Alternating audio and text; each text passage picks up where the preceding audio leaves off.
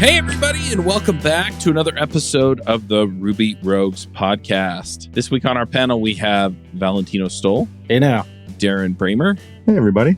Luke Stutters. Hello. And I'm Charles Max Wood from Top End Devs. And this week, we're going to talk about what it means to be a top end dev. As the leading digital platform for medical professionals, Doximity is transforming the healthcare industry. Founded in 2010, Doximity's mission is to help physicians save time so that they can provide better care for patients. They build secure and modern communication, workflow, and networking tools. Over 1.8 million healthcare professionals, including over 80% of U.S. doctors, rely on Doximity in their day-to-day practice. Their tools are physician-first and patient-centered. Doximity is a remote-first distributed team, and they take pride in the culture they've built. They recognize that the company is successful when people are successful. They've built a diverse team with an inclusive culture, and they're multicultural, multilingual, and international. Their diversity is their code too. They build products with Ruby, Rails, Vue.js, and Golang.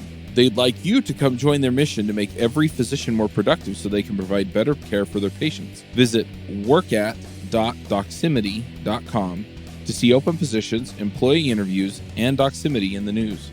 Now, this is something that I've kind of been talking through with people lately. Yesterday, I was actually on a show called Tiny DevOps, which is done by a friend of mine, Jonathan Hall. He's one of the hosts on the Adventures in DevOps podcast on the Top End Devs podcast network. And we were talking about this idea of being a top end dev. I've actually done the rebrand from devchat.tv to Top End Devs. I'm starting to put together the community and all of the stuff that goes into that. And so I wanted to talk through some of the framework and ideas for being a top end dev. And what's funny is I talk to people about this, and I think we just need to kind of start with the definition, because a lot of people, they kind of get this idea of, am I a top end dev? What is a top end dev? And I kind of have two definitions for people. And one of them is, I guess, the short definition, and I'll just put it out there, is being within the top 5% of people in your field, right? So the other version of that is you're doing the things that 95% of the people in your field don't do, right? The more lengthy version of that is, I've worked with people that were kind of those folks that seem to have, I kind of want to say like an encyclopedic knowledge, right? They always seem to have the answers. They were always into new technology. They always seemed to know what was out there, what was coming, what was new, but also have a real solid foundation in what was there. And they had the soft skills and other critical skills to be able to apply the knowledge and share the knowledge. And so anyway, that's kind of the direction that we're heading here with being a top end dev. And I think if you've been in this industry for long enough, you've worked with those people, right? You kind of have those bright lights of, oh, I worked with this guy, I worked with that guy. You know, the guy that comes to mind for me is David Brady, who incidentally used to be on the show. We worked together for 6 months.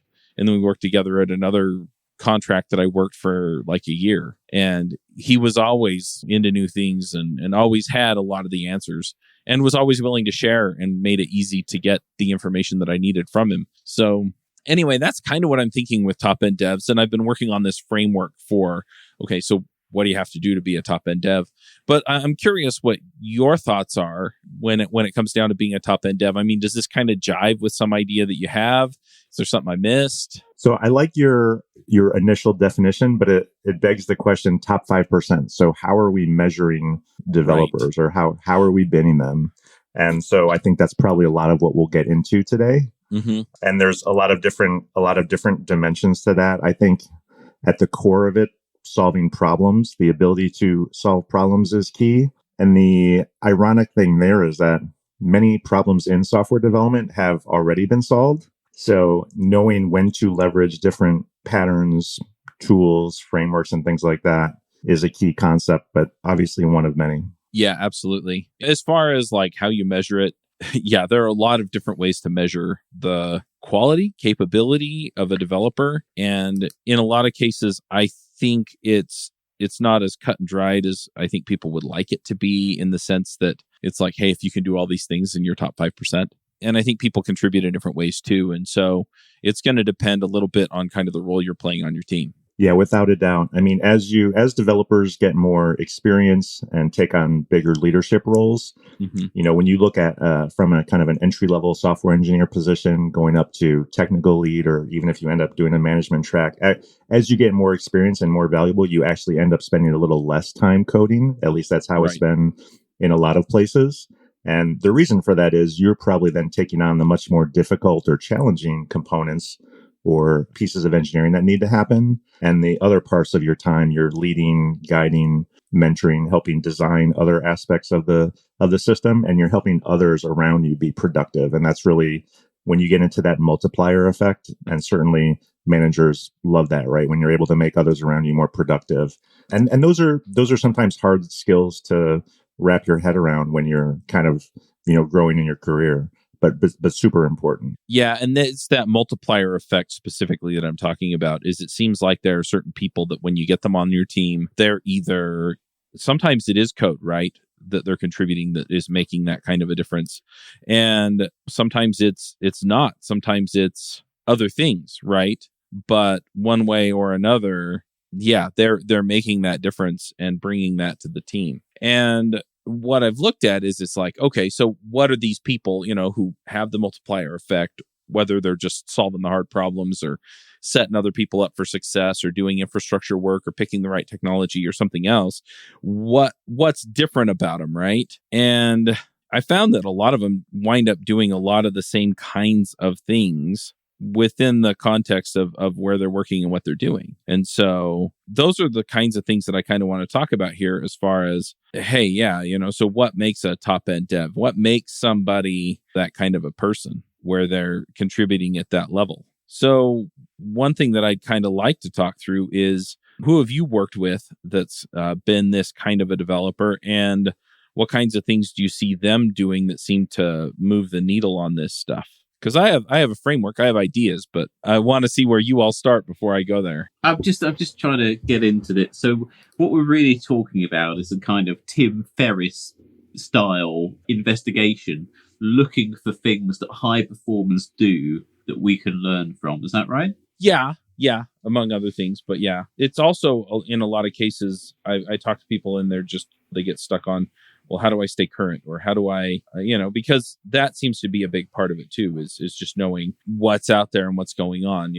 Are they learning? What are they doing? And the other end of it is if you measure top 5% by like salary or some of these other things, then it's okay, well, how do I get to those positions, right? The other top 5% is maybe as far as like notoriety or ideas like that. And so if that's the case, then okay, well, how do I begin to have that kind of a measurement or live up to that kind of a thing where it's a reputational thing instead of necessarily like compensation or things like that. Yeah, there's so many good topics here to talk about. I'm glad we're hitting this conversation this week.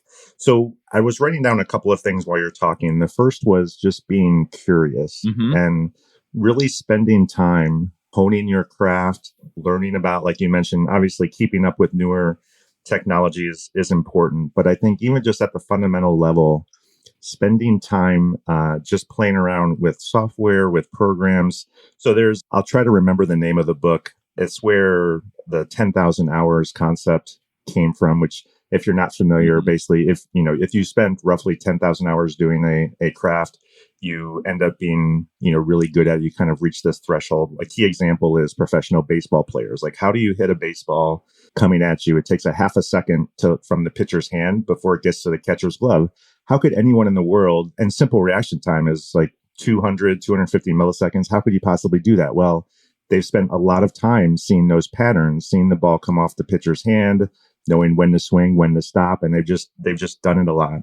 Another aspect that comes out of that book is people who excel or really become experts in a field, they are curious and they spend time just playing around. So like, you can imagine a tennis player, they could go out and do practice or play competitively, but the folks who just play around and just are bouncing the ball on the racket, just getting the feel for it, just exploring, just like they really love it and get into it. And that curiosity really just ends up manifesting in some raw talent and the ability to see those patterns. And we talked about problem solving earlier, then being able to apply those when you get onto a project or you're given some specific task. So it sounds kind of boring, but just spending that time, and probably for a lot of folks, this might be after hours for them. It might not be 9 to 5 when they're doing the tasks that they've been given. It may not, kind of fit or align with their goals, but investing their time and energy in learning and if you're excited about it, then that becomes a lot easier. Yeah. And it's funny because you bring that up, and those are the first two parts of the framework. So the framework is made up of 2 daily things, 2 weekly things, 1 monthly thing, and then 1 quarterly thing. So there are 6 steps to the framework. And the first 2 deal directly with what we're talking about here. And that is you have to learn something new every day, and you have to commit some code every day that's not for work. Okay. So, because a lot of people, they go, oh, well, commit code every day. Well, that's not hard because I get paid to do that anyway. And the reality is no, you've got to go learn something new, and then you've got to go commit some code or do something that helps reinforce what it is that you're learning. And it doesn't have to be a big thing, right? So a lot of people get this idea that, oh, I got to go learn something new every day, so I'm going to go master Webpack. No, you're not. You're not going to go master Webpack. But you can go learn what one of the config options does, or how to integrate it into Rails, and so you can take a couple of steps. Oh, this is what this does. This is what that does. This is how this works. This is how this comes together. This is how to make Webpacker look at this other place for this other thing. And those are the kinds of things that I'm talking about when I'm talking about learning something new every day, is picking that stuff up and going, all right, how do I move my learning journey to the place where I am actually growing and gaining the expertise that I need in order to do this and do it well? And a lot of people do this naturally because they are curious. But what I found is that a lot of people who don't do it when they start doing something like this, they become that curious person, right? They become the person that is doing this on kind of naturally because they see the value in it, they enjoy it. And so, yeah, go and learn something new every day. And honestly, I'm not talking about spending an hour. I'm talking about spending 10 minutes, right? And then going and writing some code and committing it, that's another 10 minutes. There's a huge advantage to, you're actually better off in some cases to just spend a short amount of time each day, 15 minutes a day. If you're going to study for a test, you're better to study 15 minutes each day leading up to it rather than just cram a couple of hours the night before. And it's true, just the repetition is a big thing. And picking something, if you're just starting out, then yes, like you mentioned Webpacker or different aspects of kind of a basic web stack, you probably do want to pick out different pieces of that and start learning. If you're in a little bit more intermediate stage of your career, it doesn't have to be just kind of, off that checklist. Like I'll give you an example. So I don't get paid to do game development, but it's something that I'm just really interested in. And so I've been learning new technologies, trying out different things, and, learning things about computer graphics and algorithms that, I hadn't really done much with before, but I'm really excited about it. I look forward to doing that every day. So if nothing else, choose something that you're really interested or passionate about, and that will motivate you to spend those 15 minutes. Yeah. Well, so I want to touch on that too, because that's the 6th one. That's the quarterly one, is knowing what you want to achieve or what you want to accomplish longer term, right? So if you want to be a competent game developer, then yeah, you start picking things to learn every day that lead up to that, right? But you have to sit down and you have to go, okay, where do I want to wind up? What do I want to learn? Where do I want to go? And it can be a hobby, but for a lot of folks, I talk to them and they're like, well, I want to be a CTO of a startup, or other people. It's like, I don't want to do management. I don't really want to do like even architecture, right? I just want to write code and do that. But I kind of imagine that at some point I want to do some mentorship or put together some courses or things like that, right? And so all of those different things come into play. And as you kind of sit down and figure out, okay, what does that look like? Then you can start to pick topics that take you down that road. And my recommendation is at least 2 of the 7 days a week that you're learning something new should be things that apply directly to where you want to wind up, right? And another 1 or 2 per week ought to be skills that are not code. So it could be DevOps, it could be soft skills, it could be, how to talk to your boss, it could be how to update your resume. I mean, anything like that, because those skills, what I find is that those skills are often the ones that are somewhat intangible, but at the same time are the ones that people are really hiring for and looking for and are going to really be valuable to you in your career. And then a lot of times are the ones that people don't cultivate. Yeah, I think what you're highlighting is that, put a plan together, like anything that's going to take time and energy and you have a goal, put a plan together. And your suggestion about kind of dividing up, spending a number of days a week on kind of more practical and maybe setting aside a few days for the hobbyist or other, that's a great suggestion as well. Yeah. One other objection that I hear a lot, though, is when I talk to people about the long-term planning, because for that long-term planning, what I tell people to do is look at least 3 years. Where do you want to be in 3, 4, 5, whatever years, or just long-term? I want to be Uncle Bob or whatever. And then from there, it's what do I need to do over the next 3 months to go down that road? And then people say, well, I don't know. Like, I don't know where I'm going to be in 5 years. But the point is neither does anybody else. But if you're working towards somewhere that you think is going to fulfill you, then you're going to learn skills that are going to get you to wherever you decide you're going to want to be. And you can always change that long-term goal, right? And you're only committing to it for 3 months before you go, I thought I wanted to speak at all the conferences, but it turns out that I hate making slides. I hate organizing the talks, and it terrifies me to get up in front of people. So this isn't going to be my thing. It's going to be something else, right? But you went and you picked up some skills, and now you're better at explaining yourself to your coworkers, right? Yeah, I think the plan is important, understanding that you're always going to launch and adjust. As soon as you put a plan down on paper, or in electronic form or otherwise, that's probably the one thing that for sure is not going to happen exactly that way, right? Yep. Like, something always happens. But if you don't have that, you could be walking in the opposite direction of where you want to go. And it's true. Like, since I left corporate to become an independent, I've tried a couple of different things, and it turned out I just didn't really enjoy that, and so you adjust. I think one thing that, and if I'm going to skip numbers and ordered steps, I apologize. But so extending off of the curiosity and spending time, I would encourage really everyone, but especially those who are growing their skills, at an earlier point in their career or otherwise, to, after you learn something new, then go and explain it to others, whether that be through creating a presentation like a brown bag type thing, although we don't really have brown bags in as much in this virtual world, but that type of thing, or some kind of training presentation, because that is how you really get to understand something. If you can explain what you've learned to other people, I almost guarantee you'll learn more about that in the process and have a better understanding in the end. And it will also grow your skills. Communication is so important. And I think if you're going to be a top end dev, I think having the ability to clearly communicate is just really going to be critical. I don't think you can get around that. It could be written, it's often oral when you're talking with other folks, but the ability to write and communicate clearly is very important, because at the end of the day, you're going to be solving these problems and you're going to advocate for a certain way to solve them.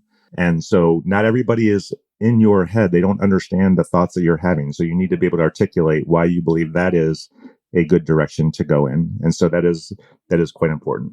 Yeah. So you hit one of the weekly things, and that is you have to produce one piece of content every week. Okay. Now, a lot of people are like, well, I'm not confident enough to do a YouTube video or a podcast, and that's fine. Write a blog. I mean, whatever, right? But at least you're organizing your thoughts. You're figuring out how to explain ideas. You're learning how to communicate. And the other thing is you're going to have this, what's the right word? You're going to have this compilation, I guess, of basically it. Well, it's part of your portfolio in some regard. So you're going to have this portfolio of content that you've written that was actually going to help when you're trying to find a job or trying to connect with other people or get a speaking bid at a conference, or, I mean, take your pick. But yeah, that stuff pays off in many, many ways. But even if no one reads it and you just get your thoughts organized and learn how to explain yourself, it's so critical. And then if you do wind up going independent, like Darren's talking about, I mean, that's another thing is this is my second time through being independent as far as like freelancing and stuff, and having content both times, even if the people who were hiring me were not technical people, it made a major difference because they could at least look at it and see that I at least projected that I knew what I was talking about, even if they didn't understand it well enough to validate that I knew what I was talking about, if that makes sense. I think there's another advantage to it as well. Putting content out there is it gets you part of a larger community as well. And it gets you into a dialogue. I know certainly many of the guests that we have on this podcast they come to our attention because of an article that they wrote or because of a very interesting post that they made. But beyond just even podcasts, you'll get other folks commenting and replying on that, maybe start a Reddit thread on the topic. It really gets you part of that larger dialogue and part of the community too. Yep. And I'm going to just call you Segue guy because those are the last two things that I have in my framework, right? So you commit code every day. You learn something new every day. You make your 3-month plan and follow it. And you post a piece of content. The last two are community focused. One of them is every month you go to some kind of community event. Now, it can be just I'm going to lunch with my tech buddies that live around me, right? Not everybody has that opportunity because not every locality has a community that will support something like that. But then jump on a conference call, go get on a Slack and say, hey, I'm going to stand up a Zoom room and, the first 9 people in there, because it keeps me under that limit for a free Zoom account. The first 9 people in there, we're just going to talk for an hour, right?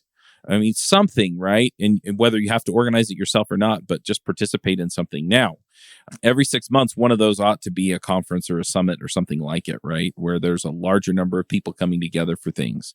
And then try and pick an event, if it's virtual, that has some aspect of the networking. And the reason is because it opens up opportunities that you're not going to have anywhere else to interact with a different type, different caliber, different whatever. You're going to get a different set of people in that group. And then the other one is every week you need to meet somebody new and cultivate a relationship with them. And the reason is because what I find is that a lot of people, when they're really trying to get their head around this stuff, is the first thing they go to is well, I need to stay current. I want to know what's new. I want to know what's going on. And the way that most of the people that you see that are kind of at the top of the celebrity, whatever, the people that you're listening to at the conferences and stuff, is that they're having conversations with those other people, right?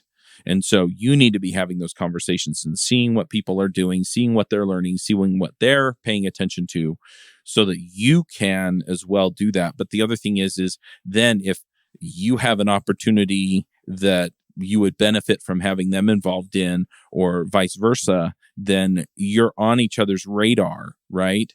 And so then if I get to know somebody and I like them, right, I invite them to be a guest or host on the podcast, right? And that benefits them. It benefits me. And most of the time, those kinds of things are mutual things. That's the same thing with going to the community events every month, is you build those kinds of relationships where you then can have some mutual advantage to, hey, I have this opportunity, and if I get you involved, we both benefit more, right? And so by building those relationships and having those opportunities, you're going to have a lot more options for what you can and can't offer. And I just find that very powerful. In fact, pretty much every opportunity that I've had over the last 10 years, probably, of my career have all come out of the people I know. Yeah, I think these are really important points. And, we've talked about a number of different things that folks can do. It takes a little bit of discipline, right? Because we're talking about, daily and weekly activities. But I think also the community part too, like a lot of, as developers, things we do are inward facing, whether that be code, kind of coding that's between us and our code, or, we can research and read and prepare. But, it's easy for a lot of developers to get stuck in that kind of that paradigm. And so shifting that and getting out and branching out, getting more involved in the community, writing, talking with others, going to conferences, you really, for some folks, it doesn't come as naturally, but it really is worth the time and investment of doing that.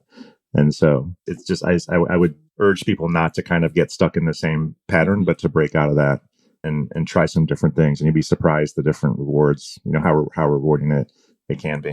Hey, if Luke's going to contradict me, just keep him out of the chat room. Yeah. I'm kidding. Right, I want to hear what you have to say, man. I like computing. I like sitting on my own in a nice quiet room with me and my computer and my keyboard, writing some great code, writing the top 5% of code. I don't want to go out and give talks and be social and meet new people. If I'd be a salesman, surely. I'd make loads more money. I'd be a CEO or a salesman if I wanted to meet people. Is there any way I can kind of become a top 5% dev and just never talk to another human being ever again? So you used to could, in my opinion, but you can't anymore. it just doesn't work that way.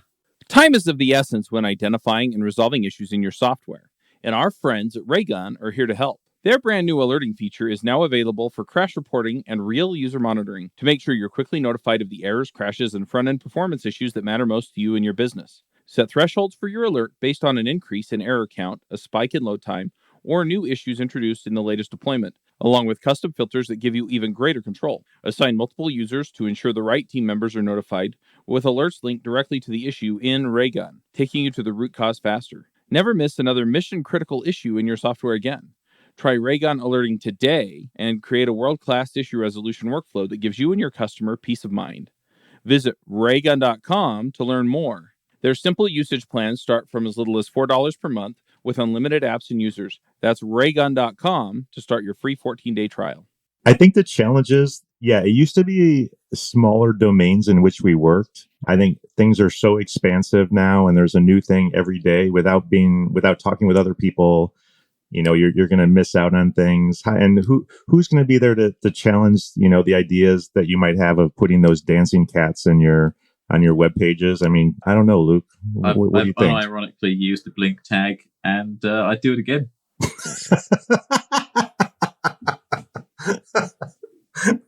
Yeah. Well, yeah, I mean, ultimately, this just gives you a whole bunch of good feedback loops, right? Whether it's content you're consuming, whether it's, people you're talking to, whether it's mentorship that you are getting or providing. I mean, all of these things play into this and really, come to bear. But what's also interesting is that one of the questions that came up on my interview with Tiny DevOps, Jonathan asked me like books or, how all that fits in. And again, it doesn't matter.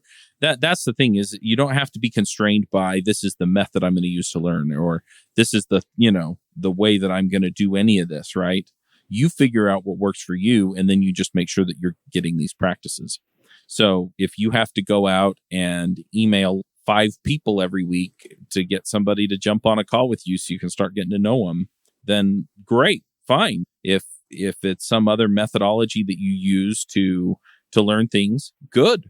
But it's the people that seem to be making a consistent effort are the ones that seem to get the outcomes that they're really looking for. I think there's a huge divide, right, amongst programmers in that the whole reason we program is to add value to something, right? And so it's trying to find, there's almost 2 paths that you can add value, and it's either generating these tools yourself to solve problems or joining in with others and helping solve problems with kind of the tools that exist. And it's almost, open source in general has introduced the need for the community now, right? Mm-hmm. And so you used, like Luke was mentioning, you used to be able to, just go out and build all of your tools. Yep. And do what you wanted. But we're to the point now where that community has eclipsed that ability. Mm-hmm. Right. So like you could go on your own, learn all this stuff yourself in a niche if you wanted, hole yourself up in a basement somewhere and play guitar while you code up a storm and hope to add value yourself. But I just think that the community is so large and the tools are so big outside of that at this point, why do that? Yeah. There's just so much value that can be added to you joining in the community and corralling around the group effort than holding up. But it all circles back to how you want to add value and to what, right? Like if your goal is to make some side business that can just generate revenue for you from something you don't have to maintain often, that is possible, but rare, right? And it's very hard to do. It's almost like I always circle back to all these investors out there saying, "Oh, follow your dreams, do whatever that you want, be creative," right? But a lot of that is impractical in real life, right? Like it's really hard to do that. Not that you shouldn't or pursue your dreams, but it's very hard and it's very rare to succeed. And I think as a developer, if you're trying to just become a developer and become good at that, right? I feel like that is a pursuit, not targeting that, right? not targeting holding yourself up and closing yourself off from the mainstream. Yeah, I agree. And what's interesting is that the reason that I say you used to be able to and now you can't is more or less what you pointed out, was that the needs have become more sophisticated, and so the solutions and the development teams that work on them have to become larger. But the other thing is that a lot of the easy wins and a lot of the simpler technologies are just not sufficient anymore, or the easy problems have all been solved, right? The other thing is that a lot of the, how do I put it, the advantages that you have in the market anymore come from your ability to do something that can't be duplicated by other people. And so a lot of that just is going to come out of the arena of, hey, look, if I could do this myself in a week, then what's the real value in it, right? It's when I have to get to a different level of execution that we start talking about real value in things. So you can go solve the one person problems, but the world is looking for solutions to the 3 and 5 and 10 and 100 person problems. So I guess what I was trying to tease out, Chuck, is it sounds like what we're talking about is craftsmanship, right? In a lot of ways, yeah. And really honing a skill set, and not necessarily Ruby or JavaScript, right? Like programming in general, but really a skill set that includes like really half teamwork, right? Like empathy is definitely a huge aspect of programming, right? Like being able to join a team and work with somebody else and be able to be empathetic and kind of gauge your coworkers at the same time that you're adding value, so that the team can add value is just as big as knowing how to do your job, right? Well, I would argue that it's actually more valuable or more sought after than the technical skills, right? Because if you're technically competent, I mean, you have to be able to do the job, right? But beyond that, I was talking to my neighbor the other day. He was bringing out his garbage can when I got home to dropping my kids off from school. And he's a manager over at Adobe at the office here in Utah. And he mentioned that he finally was able to offload some guy from his team to another team in Adobe. And nobody would touch this guy, even though he was technically competent, because he was a pain in the butt to deal with. And what I see more and more and more often is it's the personality and personal issues things that get people fired or encouraged to leave is often the way that you see it done, instead of, out and out, hey, don't come back. It's let's make it more painful for you to be here than for you to be somewhere else, right? And so or encourage you to leave, right? Instead of telling you have to. And I've seen teams where the most technically competent person on the team was the person that nobody wanted to deal with. And it's more often that that's the real problem than that you have somebody that can't do the technical work. And if you're moving ahead in the ways that we're talking about, you're learning something new every day, you're making sure that you're talking to people that are going to push you along, what you're going to wind up with is you're going to wind up being able to have those same conversations with people on your team and help move them along. But the other thing is if I'm your boss and I can see that you're going to get there and that you're working hard to get there and that you can do enough work to be valuable to the team, I'm going to keep you, because I know that in 6 months or a year or however long it takes for you to get to the level of expertise that I need for you to really knock it out of the park for me, you're really going to knock it out of the park for me, and you're going to keep moving up. And so you're well worth keeping in the long term, just by virtue of the things that you're doing in order to improve yourself. Yeah, I think we've all been on a team that had the person who was just no fun, not a great team player, just not pleasant to be around. And it changes the whole team dynamic. People end up working around that person or trying to figure out how to avoid having to interact with them. It was interesting. I mentioned game dev. I stumbled across a thread on how to get started in the game industry. And one of the bigger threads was just 2 things. Get a basic skill set. Like you said, Chuck, you have to be able to do the job, but get a basic skill set and be a nice person. those were the 2 things. And yeah, I mean, whether you want to get ahead or not, like let's just all strive for that goal, right? Just be a nice person. You're not always excited to show up for work that day, but be nice to people because they're dealing with their issues too. So it turns the rest of the team into hostage negotiators is the way that I always put it. I think that that is very true, that you need to be able to get on with people.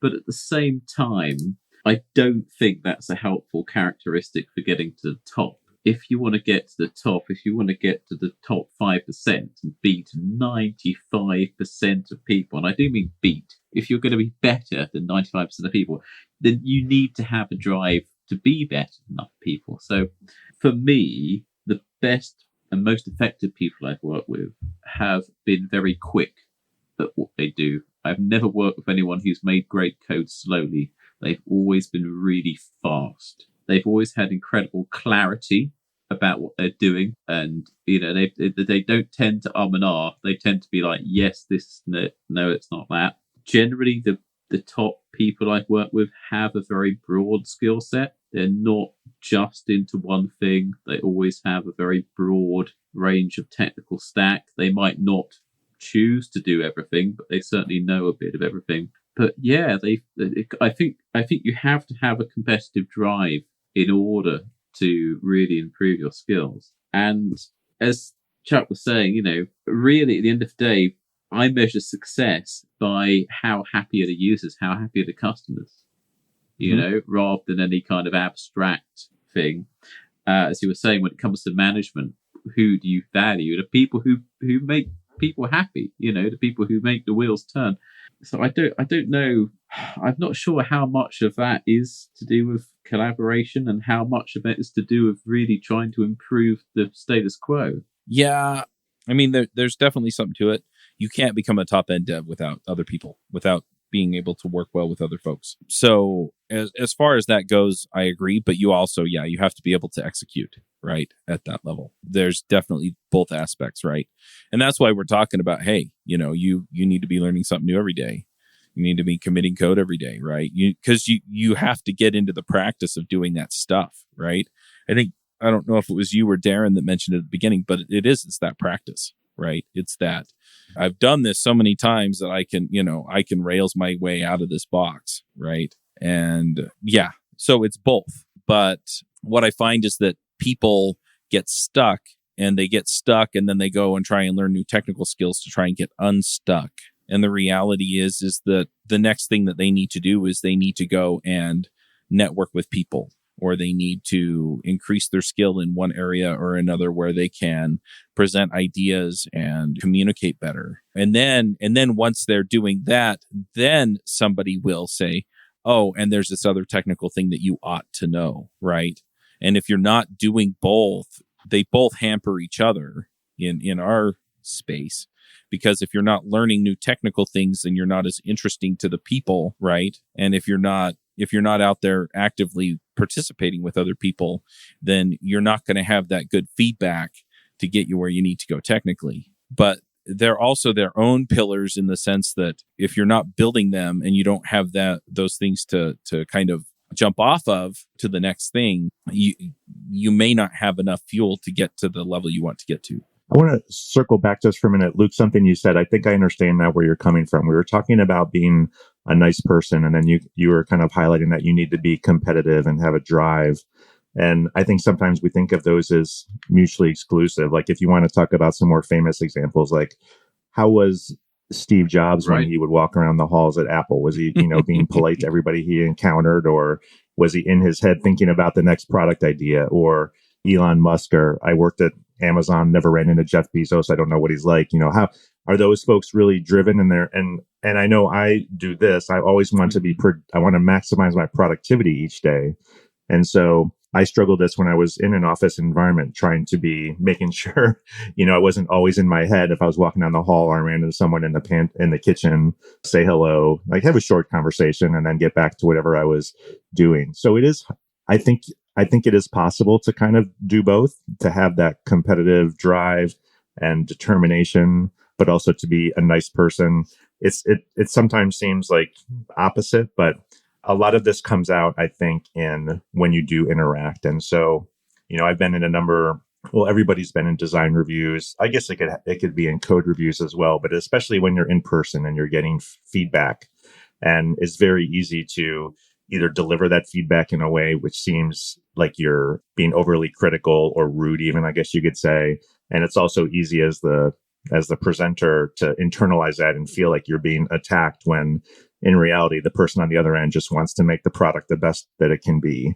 And those are hard things to try to balance. And you can look at it from both perspectives. But you hit on a good point that how do you balance those two things? But certainly, yeah, you need the competitive drive if you want to get to the top. And that's another good part of being involved, right? Like if you sat in the basement and coded for 4 weeks and you created this great thing, well, you feel it's a great software product. You release it to the world on the day one of the second month. And then people are like, where's the start button? Or why is it blue? I mean, like, and in your mind, you're like, I've created this perfect thing. How could you possibly be saying that it should work differently, Yeah.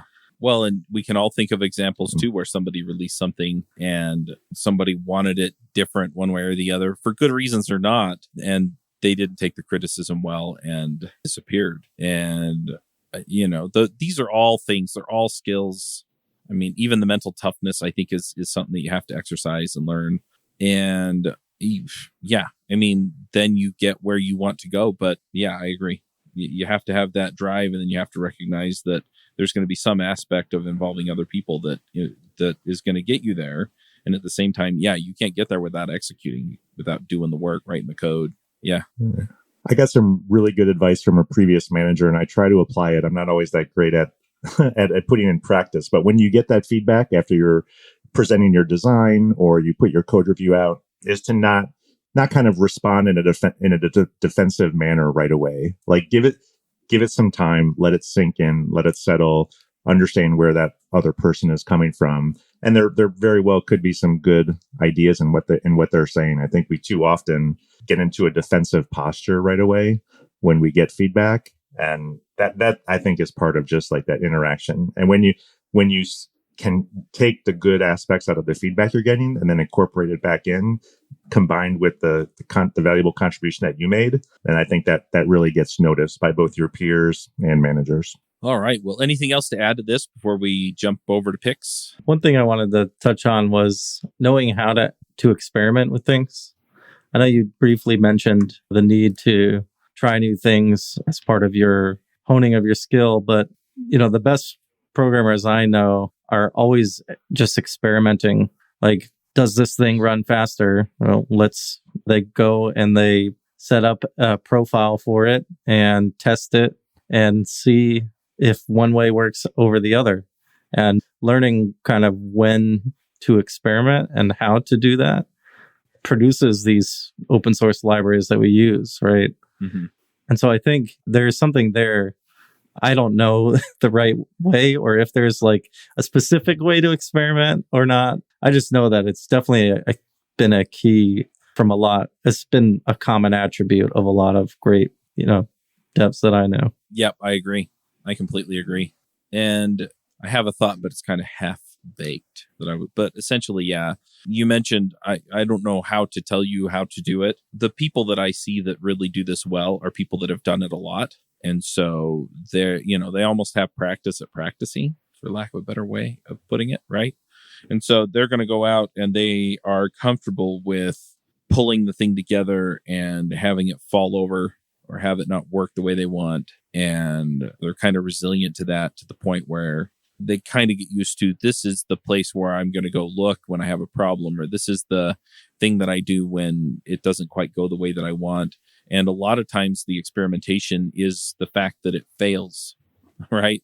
And I learned something because I fixed that one problem and now I have a different problem. And so, yeah, the people that I see that go out and experiment, they're not the people that are going out and have the new whiz-bang thing work for them the first time around, or have the new utility they're writing work the first time around. They're the people that go out and they get a little closer and they get a little bit better proof of concept, and then they move ahead and experiment some more. And so, yeah, I just want to point out that experimentation isn't always I'm going to follow the tutorial and it's going to work. The experimentation is, I'm going to try something different and I fully expect it to break, and I'm going to be okay with that and learn something from that. Yeah, great stuff. And to add to the practice at practicing, I think top end devs do this, and folks should learn how to, whatever technology you're in, know how to quickly set up a playground environment where you can have, start writing something, being able to run it and test it. So, in the Ruby world, if you're doing Rails, it'd be the equivalent of creating a new directory, doing Rails new and starting to play around. But whatever that is, whether it's an online IDE or Java project, whatever, be able to easily experiment, try different things. And if it doesn't work, then you just delete that directory and move on with your day. But at least you gather some knowledge and experience in the process. Yep, absolutely. Hey, folks, this is Charles Max Wood from Top End Devs. And lately I've been working on actually building out Top End Devs. If you're interested, you can go to topenddevs.com/podcast, and you can actually hear a little bit more about my story about why I'm doing what I'm doing with Top End Devs, why I changed it from devchat.tv to Top End Devs.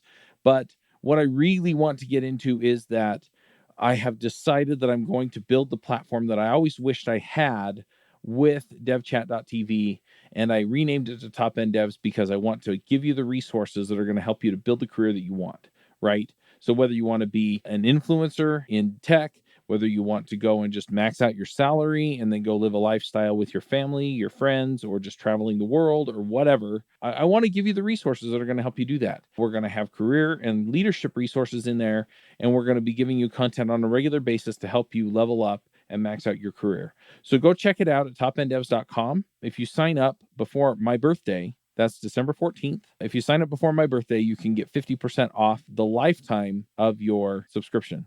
Once again, that's topenddevs.com. All right. Well, let's go ahead and do some picks. Valentino, do you have some picks for us? Sure. All this talk has reminded me of this great article by Godfrey Chan. It's called Rethinking Computer Science Education. And he basically walks through all the ways in which traditional computer science degree is kind of broken in a lot of ways, from how it transitions into real world work. I highly recommend give it a read. It's very thought out and detailed. So there's lots of great ideas in there. And my next pick is my coworker, Sarah Reed. She gave a talk at RubyConf called RSwag, Automated API Documentation. It's a great talk on automating self-documentation with your API using, just using your specs and a couple helper libraries. It's really great. I highly recommend it. Awesome. Darren, what are your picks? I have a couple picks today. So the first one is for 2022. One of my goals is to focus back on writing. And so I'm getting back into doing more of that in a freelance manner. So if folks I don't have a website set up yet, but my Twitter handle is in the show notes. Really, the things that I specialize in are making complex topics easier to understand and grasp, kind of explaining that to a wider audience. And also, why do customers care? Highlighting some of the features and why should someone pay attention to this? I'm working with a client right now who has some great tech differentiating technology, but it's not really coming out in their messaging. So I'm helping them get that across. So reach out to me if you're at all interested there. My other pick, I mentioned that I was getting back into game development, and a lot of games is about the art. And so I've really gotten interested in just that aspect of it and animation. And so there is a core book that's kind of well known for the fundamentals of this, and it's the Animator Survival Kit.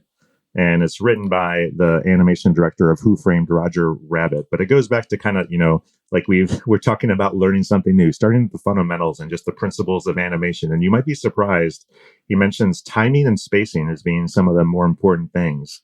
So it's very interesting. And obviously that doesn't have to do with pixels or colors or whatever, but they're very important concepts. And so I'm really enjoying that book. So if you're at all interested in art or animation, definitely something worth checking out. Awesome. Luke, what are your picks? This is something I got from a colleague. It's a kind of modular keyboard called the Nori keyboard. He was soldering it up and it had some kind of weird soldering fault. And I fixed it just by waving the soldering iron violently over the pads until they kind of gave in and started working again, kind of sweep soldering, loads of flux. But the design really caught my eye. And it's the kind of project where it's good for practicing your soldering because there's loads of soldering on it.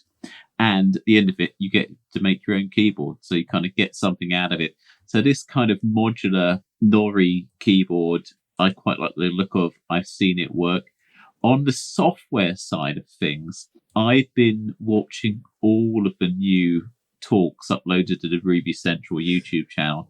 And that is an absolutely miserable experience, let me tell you. And don't get me wrong, I love Ruby on Rails, But oh my word, slogging through, and I'm not going to name any names here, but slogging through some of these talks. And the great irony of software development is often the people who have the best ideas, the people who write the most code, those are often the people who are at worst at communicating those ideas. And there seems to be an inverse relationship between the kind of great code that's coming out and people's ability to really communicate and promote that, which could be why I find it very easy to talk, of course. And I think what you were saying earlier about becoming a top-end dev, Chuck, is that we've all got our kind of talents that we can do really easily. And then we've got our weaknesses, those areas where we don't do those things so well. And I'm trying to address the weaknesses in my own skill set and move out of my comfort zone, because everyone's got things they do really well. So one of the things I don't do so well is the really kind of hardcore bits of programming. So I've been trying to read Robert Nystrom's Crafting Interpreters, which was recommended out of one of the talks on the Ruby Central YouTube channel. And my word, is that hard going. That is a tough book. So it's kind of an aspirational pick for me. And it's to do with the theory behind writing something like Ruby. You want to go and write your own Ruby. This is how you do it. Start reading that book. And I'm not saying that I am going to write my own Ruby, far from it. But I feel like it's filling in a lot of the gaps in my knowledge. And I think a lot of people with my background of kind of wandering into software development might have some gaps filled by that pick too. So there we go. My second pick is Crafting Interpreters by Robert Nystrom. Awesome. All right. That's awesome. Luke, when you write your Ruby implementation, can you have it run on mobile I have apps written my also, own version please? of Ruby. What that consisted of was downloading Ruby source code, messing with it by putting in an amusing thing like make this true 90% of the time, compiling it, and then installing it on one of the company directors' machines without their knowledge. So I have written a version of Ruby, but it wasn't released to the public, so it's really don't do that, by the way. Awesome. That's very bad for your career. I think that's hilarious. All right. I've got a couple of picks here. So board games. The board game that I've been playing lately with my wife is Pandemic: The Cure. So if you've played Pandemic, this is nothing like Pandemic. It's made by the same company, and it's kind of got the same ideas like Infection stuff. But effectively, the way that it works is, and it has outbreaks, and anyway. So you've got this track that you've got markers on, and the markers are syringes, right? But one of them tracks the number of outbreaks, just like you have in Pandemic, and the other one is another track that just tracks your infection rate. And so then it's a dice game. And so the dice are actually the infection cubes. And so when you roll them, you place them on the number you rolled. And different colors have different probabilities of which space they'll go on. There are 6 spaces. And then you have people that have different abilities. And so you move around and you do your thing. And we've been playing the expansion. I don't know if the expansion's got to have a name, but anyway, it's been really fun. So it adds purple cubes that do things a little bit differently. And then the other one has like, what do they call them? They're green dice, and basically they have different icons that do different things on the spaces they're sitting on. And so if it's a white icon, then you as a player can roll the die and do whatever was on the face of the die when you picked it up to roll it, right? So you can move other dice to other spots or have an extra help when you're trying to cure the disease or things like that. So anyway, it's been really, really fun.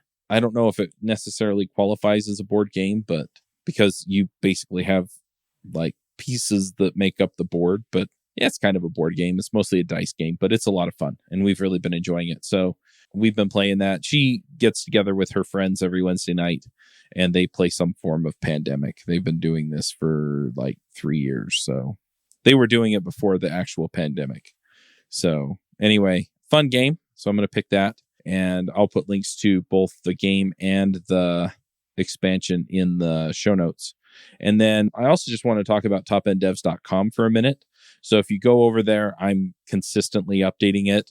But yeah, so I'm putting together basically resources for you to be able to do the things that we're talking about, right? So there's going to be kind of a mini course on how to plan your 3 months. And then there's a Slack channel where you can go meet people. And if you go to the water cooler channel, there's a bot in there called Donut. That's the name of the program. But what Donut does is it actually allows you to set a coffee break where you meet somebody else and conference with them. And so it's like, hey, I want to meet somebody. And then they say, I want to meet somebody. And then it says, you two should meet. And then you can set up a coffee chat online. And so that's a great way to meet people. We're also working on getting together some other video series where you get the 10-minute video, right? So it's, hey, I'm going to watch the video for this week from the Docker series or the Ruby series or the JavaScript series or whatever. And that way you can consistently be learning. I'm also working on organizing a book club. I'm working on organizing meetup groups. So you can see that I'm kind of putting all the pieces together so that you can get most of this in one place. But I don't want to limit you to just what we offer. If you're out there trying to learn something else for some other thing, then I'm also working on a directory where you can go and say, well, I actually want to learn this, right? And there either isn't a video or a recent video out on it.